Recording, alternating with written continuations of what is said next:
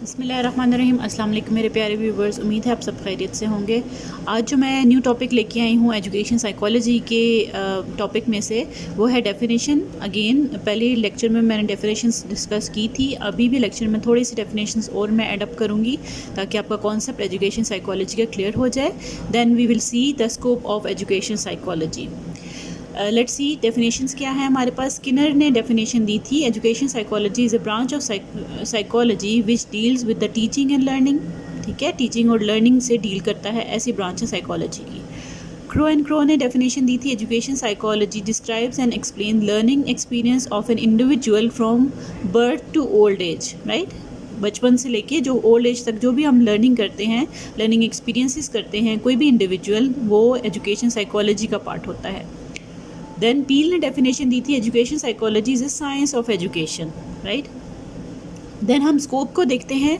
Scope को अगर हम क्लियर वर्ड्स में देखें तो इसमें बेसिक 5 एंटिटीज़ हैं जो कि इम्पॉर्टेंट रोल प्ले करती हैं। जैसे फर्स्ट लर्नर है, डेफिनेटली लर्निंग लर्नर की ही करनी है हमने, और किसने करनी है, टीचर ने करनी है। उसके लिए क्या चीज़ इंपॉर्टेंट है, लर्निंग इन्वायरमेंट बहुत इंपॉर्टेंट है। ऐसा लर्निंग इन्वायरमेंट जितना अच्छा होगा उतनी अच्छी लर्निंग होगी।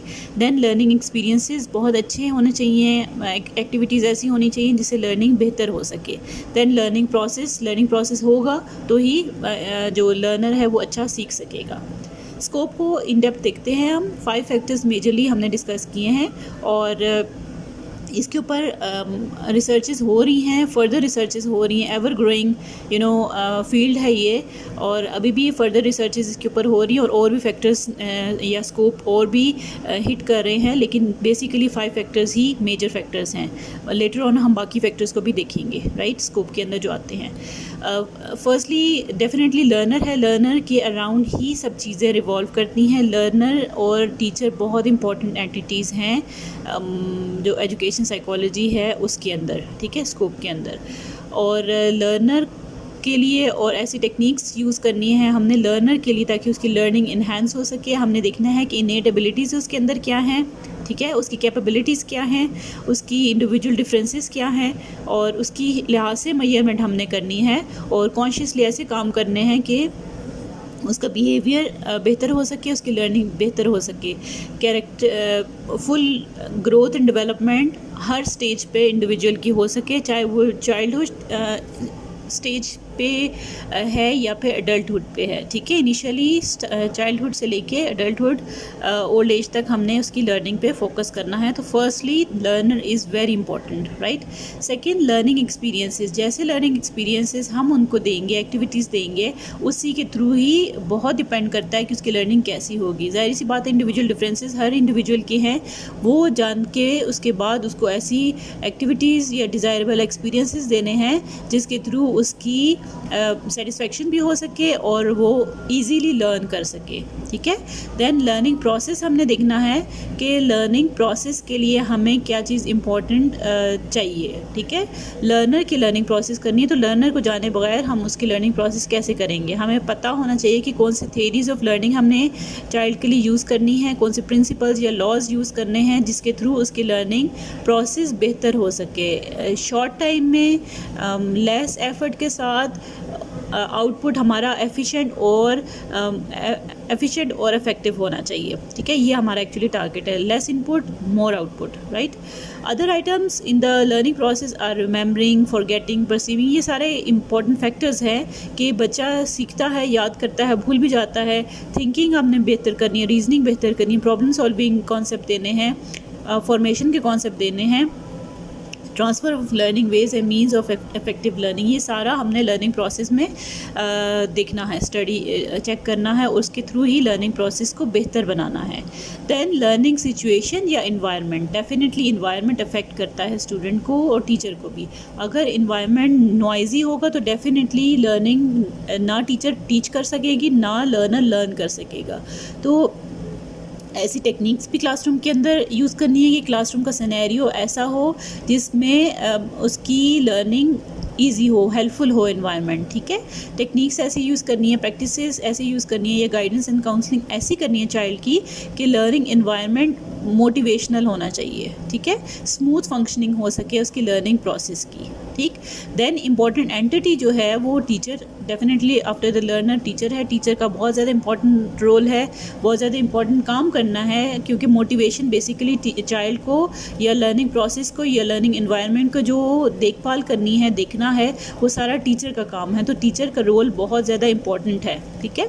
टीचर ने ना सिर्फ खुद को देखना है कि उसकी क्या एबिलिटीज़ हैं, बल्कि टीचर ने एनवायरनमेंट, टीचर ने सराउंडिंग, टीचर ने प्रोसेस और लर्नर को भी अंडरस्टैंड करके और लेस इनपुट में ज़्यादा आउटपुट देना है, मोटिवेशन प्रोवाइड करनी है। चाहे कॉन्फ्लिक्ट्स आएँ, चाहे एंजाइटी हो, एडजस्टमेंट या लेवल ऑफ एस्पायरेशन डिफरेंट भी हो सकते हैं। सो उसको कैसे टैकल करना है, ये टीचर का बहुत इंपॉर्टेंट रोल है, right. It throws light on the essential personality traits, interests, attitudes, the character of effective teaching sector, so as to inspire him for becoming a successful teacher, ठीक है। ये सब चीज़ें देखेगा टीचर तो ही वो सक्सेसफुल टीचर बन सकेगा, वो लर्निंग भी बेहतर बना सकेगा। देन मैंने आपको बताया था 5 इम्पॉर्टेंट स्कोप के अलावा थोड़ा अगर ब्रॉडर कॉन्टेक्स्ट में हम जाएं तो ह्यूमन बिहेवियर भी बहुत इंपॉर्टेंट रोल प्ले करता है, ठीक है, क्योंकि ह्यूमन बिहेवियर को हमने बेसिकली मॉडिफाई करना है, बेहतर करना है। और एजुकेशन साइकोलॉजी का मकसद हमारा ह्यूमन बिहेवियर ही इम्प्रूव करना है एजुकेशनल कॉन्टेक्स्ट में, ठीक है। Then growth and development of the child, definitely ये भी एक स्कोप का पार्ट है, बिकॉज हमारा हिट करना है हमने कि चाइल्ड की हमने डेवलपमेंट या ग्रोथ ऐसी करनी है कि वो प्रोडक्टिव सिटीजन बन सके, ऑल राउंड डेवलपमेंट उसकी हो सके। देन हेरिडिटी एंड एनवायरनमेंट, जो इनहेरिट जो एट्रीब्यूट्स हैं उसके ग्रोथ के लिए जो इम्पोर्टेंट है और जो उसको ऑप्टिमम लेवल तक लेके जाने हैं, हमने ऑप्टिमम डेवलपमेंट करनी है, उसके ऊपर भी हमने एनवायरनमेंट के ऊपर भी हमने फोकस करना है, उसके salient features of the scope of education psychology के थ्रू ही। Then nature and development of personality, जो पर्सनैलिटी है चाइल्ड की, उसकी नेचर को अंडरस्टैंड करना है और उसकी डेवलपमेंट के ऊपर फोकस करना है। ऑल राउंड डेवलपमेंट हमने एक्चुअली करनी है, इंटेलेक्चुअल भी है, personality development, emotional development, individual development, मतलब सारी डेवलपमेंट हमने करनी है। सो हमें उसकी नेचर को अंडरस्टैंड करना है कि पर्सनैलिटी किस तरह से हम इंडिविजुअल की डेवलप कर सकते हैं। देन इंडिविजुअल डिफरेंसेस, डेफिनेटली हर पहले इतना आइडिया नहीं होता था, लेकिन लेटर ऑन हमें आइडिया हुआ कि इंडिविजुअल डिफरेंसेस भी होते हैं चाइल्ड की एट्रीब्यूट्स में। सो हर चाइल्ड डिफरेंट होता है, तो उसकी इंडिविजुअल डिफरेंसेस को अंडरस्टैंड करके और उसको किस तरह से हैंडल करना है ताकि लर्निंग प्रोसेस अच्छा हो सके, कॉन्सेप्ट अच्छा लर्न कर सके चाइल्ड, तो उसके लिहाज से एक्टिविटीज़ कैसे डिज़ाइन करनी है, एनवायरनमेंट कैसा होना चाहिए, तो डेफिनेटली ये भी एक स्कोप का पार्ट है।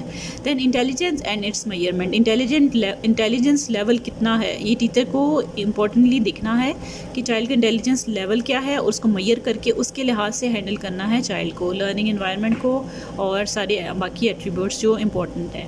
Then guidance and counselling, definitely ये बहुत इंपॉर्टेंट पार्ट है। Education is nothing but providing guidance to the growing child, guidance हमने देनी है बच्चे को, काउंसलिंग करनी है उसकी। जो ग्रोइंग चाइल्ड है उसको हमने गाइडेंस एंड काउंसलिंग के थ्रू उसकी लर्निंग इम्प्रूव करनी है, ठीक है।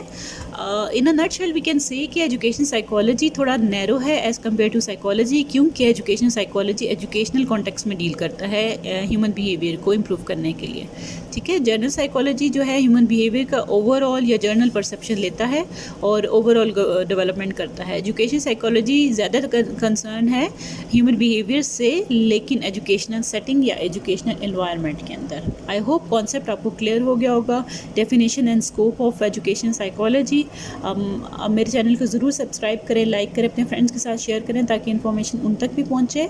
और मुझे अपनी दुआ में याद रखिएगा, अपना और अपने प्यारों का बहुत सा ख्याल रखिएगा। और मोटिवेशन से आपकी मुझे बहुत ज़्यादा अच्छा लगता है और मैं बहुत ज़्यादा मोटिवेटेड फील करती हूँ जो आपके कमेंट्स आते हैं। Thank you very much once again for that, और टेक केयर, अल्लाह हाफिज़।